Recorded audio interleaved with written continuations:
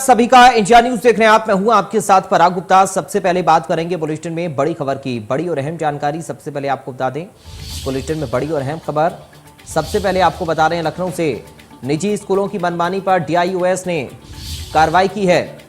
11 निजी स्कूलों को नोटिस जारी किया है। अभिभावकों पर बुक्स और यूनिफॉर्म खरीदने का दबाव के चलते ये एक्शन हुआ। स्कूल से जुड़ी वस्तुओं को चिन्हित दुकान से खरीदने का दबाव चूंकि बनाया जा रहा है, स्कूल की ओर से शिकायत मिलने पर अब नोटिस जारी हुआ है। तो ये बड़ी जानकारी लखनऊ से आपको बता रही है, जहां पर निजी स्कूलों की मनमानी पर डीआईयूएस ने कार्रवाई की है। 11 निजी स्कूलों को नोटिस जारी किया है। निजी स्कूलों की मनमानी के चलते नोटिस जारी किया गया है। अभिभावकों पर बुक्स और यूनिफॉर्म खरीदने का दबाव एक ही जगह से बनाया जाता है।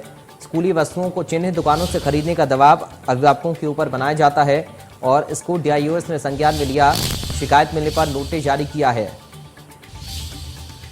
तो निजी स्कूलों की मनमानी पर डीआईयूएस ने यह कार्रवाई की है।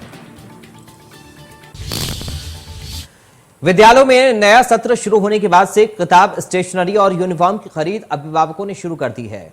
ज्यादातर अभिभावकों का आरोप है कि स्कूल प्रबंधन चुनिंदा स्टेशनरी की दुकानों से ही किताब, ड्रेस और स्टेशनरी खरीदने के लिए बाध्य करती रहती हैं, जिस वजह से कई गुना दामों पर अभिभावक राजधानी लखनऊ में किताबें खरीदने को मजबूर हैं। इसी को लेकर मिली शिकायतों पर 11 निजी स्कूलों को नोटिस जारी किए गए हैं। बीते 13 अप्रैल को जिला विद्यालय निरीक्षक डॉक्टर अमरकांत सिंह ने यूपी बोर्ड, सीबीएसई बोर्ड और सीआईएससीई बोर्ड द्वारा संचालित सभी स्कूलों के प्रधानाचार्यों, प्रबंधकों को निर्देश पत्र जारी किया है, जिसमें कहा गया है कि किसी भी छात्र को पुस्तकें, यूनिफॉर्म, स्टेशनरी, जूते, मोजे किसी भी विशिष्ट दुकान से खरीदने के लिए बाध्य नहीं किया जाएगा। स्कूल द्वारा जारी सूची में किसी भी दुकान का नाम प्रदर्शित नहीं होना चाहिए। अगर इन नियमों का उल्लंघन किया जाएगा या फिर शिकायत दोबारा मिलेगी तो विद्यालय प्रबंधक, प्रधानाचार्य के विरुद्ध जरूरी विधिक कार्रवाई की जाएगी।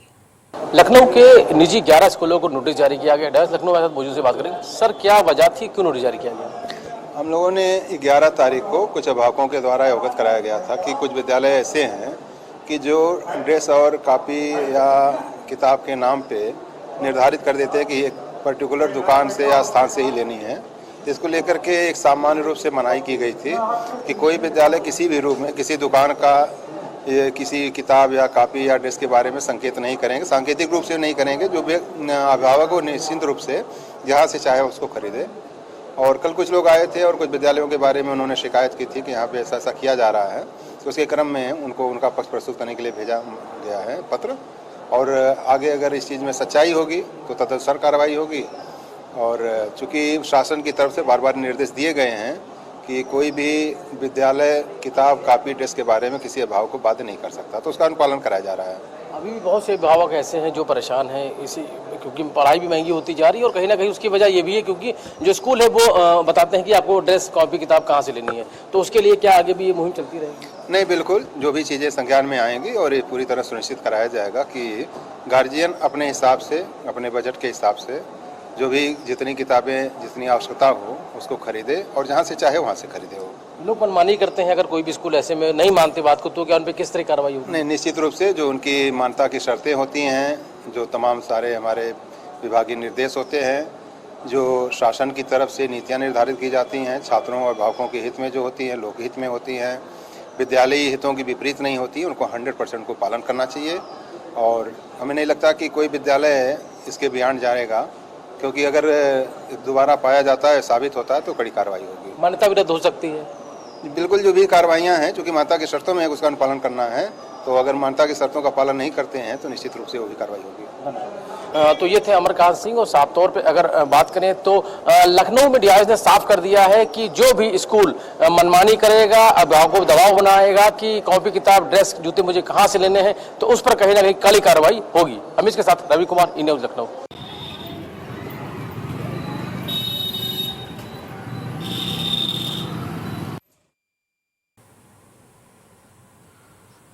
कानपुर से शिवराज साहू इस वक्त हमारे साथ जुड़ गए हैं संवाददाता अधिक बातचीत और जानकारी के साथ। शिवराज, कानपुर में क्या स्थिति है? क्या वहां पर भी निजी स्कूल अपनी मनमानी कर रहे हैं? अभिभावकों की क्या शिकायतें हैं और वहां पर क्या ये कार्रवाई अमल में लाई जाएगी? जी प्रयाग, बिल्कुल आपको बताना चाहूँगा, कानपुर की बात की जाए तो लमसम 90%, 90 क्या 95% जो प्राइवेट स्कूल है वो अपनी मनमानी चला रहे हैं। स्टेशनरी हो, शूज़ हो या ड्रेस हो या किताबें हो, सभी के लिए वो एक विजिटिंग कार्ड देते हैं दुकान का और बोलते हैं कि जाइए दुकान, वहाँ से आपको सारे सामान मिल जाएगा। और वो जो दुकानदार होते हैं वो अपने मनमानी रेट पे उपलब्ध कराते हैं। कहीं ना कहीं कई बार शिकायतें भी की गई हैं, जो अभिभावक हैं लगातार शिकायत कर रहे हैं, लेकिन अभी तक कानपुर में डीआईएस की बात की जाए या बीएसए की बात की जाए या डीएम की बात की जाए तो इस विषय को लेकर अभी कोई ठोस कार्रवाई नहीं की गई है, ना ही देखने को मिल रही। काफी समय से ये शिकायतें आ रही थी, इस बार भी सेशन चालू हो चुका है और सेशन चालू होने के बाद लगातार जो पेरेंट्स हैं वो परेशान हो रहे हैं, क्योंकि जो प्राइवेट स्कूल है वो जो जिस दुकान में भेज रहे हैं उस दुकान पे जो किताबें हैं, ड्रेस हैं, वो सभी जो उचित जो उसका रेट है उससे कई ज्यादा महंगी कीमतों पर बेच रहे हैं। क्या वहां पर भी प्रशासन कुछ जागरूक है इस बात को लेकर, या फिर अभिभावकों ने कोई शिकायतें दर्ज कराई हैं ऐसे निजी स्कूलों के खिलाफ जो कि मनमानी कर रहे हैं और अपनी चुनिंदा दुकानों पर से ही उनको मजबूर करते हैं सामान खरीदने के लिए? जी अभी आधिकारिक तौर पे देखा जाए तो अभी आधिकारिक तरफ से कोई ऐसी कार्रवाई नहीं की गई। हालांकि अभिभावक परेशान है कि जिस प्रकार से जो स्कूल प्रबंधक है स्कूल वो बताते हैं कि एक पर्टिकुलर दुकान का एड्रेस देते हैं या उसका विजिटिंग कार्ड देते हैं और बोलते हैं कि यहीं से जाके जो भी स्टेशनरी है या बुक है या फिर जो शूज है या फिर यूनिफॉर्म है तो वहीं पर जाकर आप लीजिए, और वो अपने मनमानी ढंग से दे रहे हैं। चूंकि मजबूरी है, बच्चों को पढ़ाना है, तो अभिभावक परेशान है, लेकिन उनके पास कोई ऑप्शन भी नहीं है कि किसी प्रकार से जो ये महंगाई की मार उनके ऊपर पड़ रही है, एक्स्ट्रा बर्डन पड़ रहा है, उससे राहत मिल सके उनको। चलिए शुक्रिया आपका शिवराज जानकारी और इस पूरी बातचीत के लिए। तो शिवराज साहू को आप सुन रहे थे कानपुर से, जो बता रहे थे कि कानपुर में भी निजी स्कूलों की मनमानी लगातार चल रही है। हालांकि वहां पर कोई एक्शन अभी तक नहीं हुआ है, लेकिन अभिभावक चूंकि मजबूर हैं, बच्चों को पढ़ाना है, ड्रेसेस का इंतजाम करना है, किताबों को खरीदना है, तो जाहिर तौर पर वहीं से खरीदते हैं जहां पर स्कूल रेफर करता है। बहराइच से संजय मिश्रा हमारे साथ जुड़ गए हैं अधिक बातचीत के साथ। संजय, बहराइच की स्थिति आप बताइए, वहां पर कितनी मनमानी निजी स्कूलों की चल रही है? प्रशासन क्या इसके लिए कुछ कर रहा है या फिर अभिभावक कितने परेशान हैं, कुछ शिकायत कर रहे हैं अभिभावक? संजय।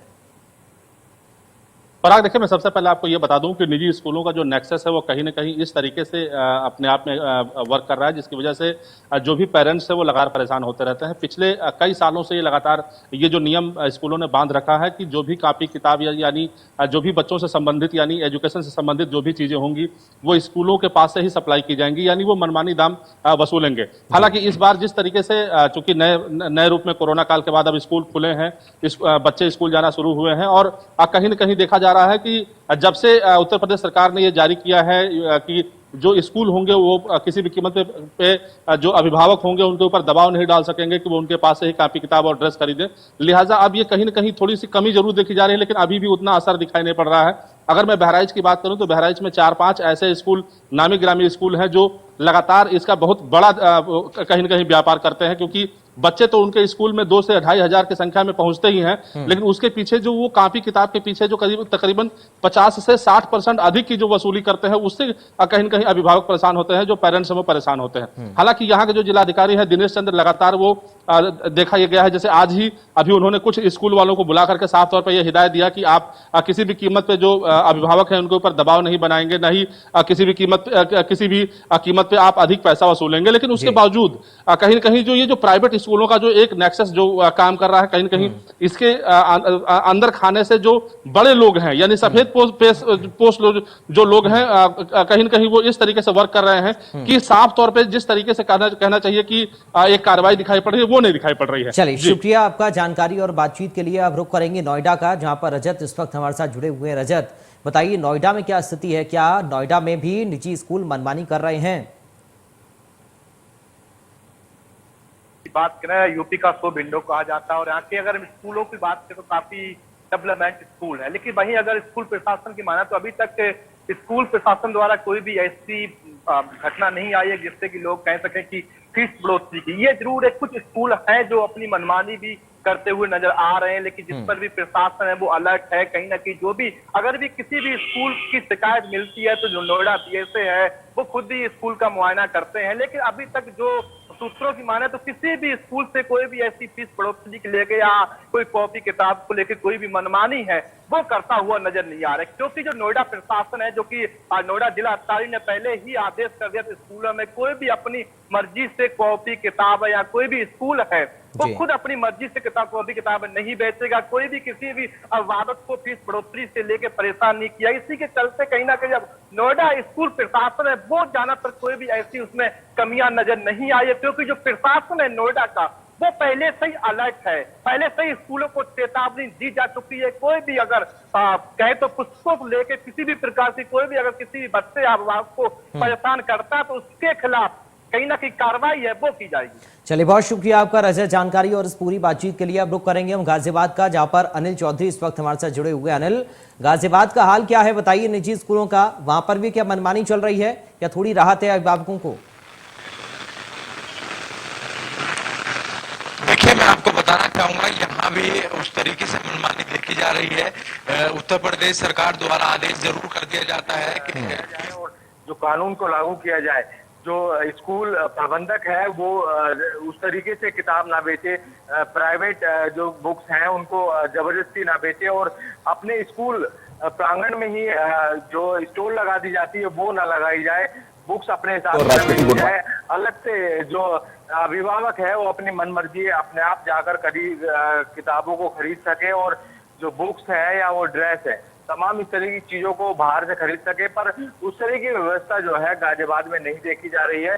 लगातार इस तरीके की शिकायत जो है गाजियाबाद के पेरेंट्स लगातार हमसे भी कर रहे हैं और शासन प्रशासन से भी करते रहते हैं। क्योंकि उत्तर प्रदेश सरकार द्वारा यह आदेश दिया गया था कि स्कूल प्रशासन अपने हिसाब से कोई ना तो बुक बेचेगा ना ही कोई ड्रेस बेचेगा, अपने प्रांगण में नहीं बेचेगा।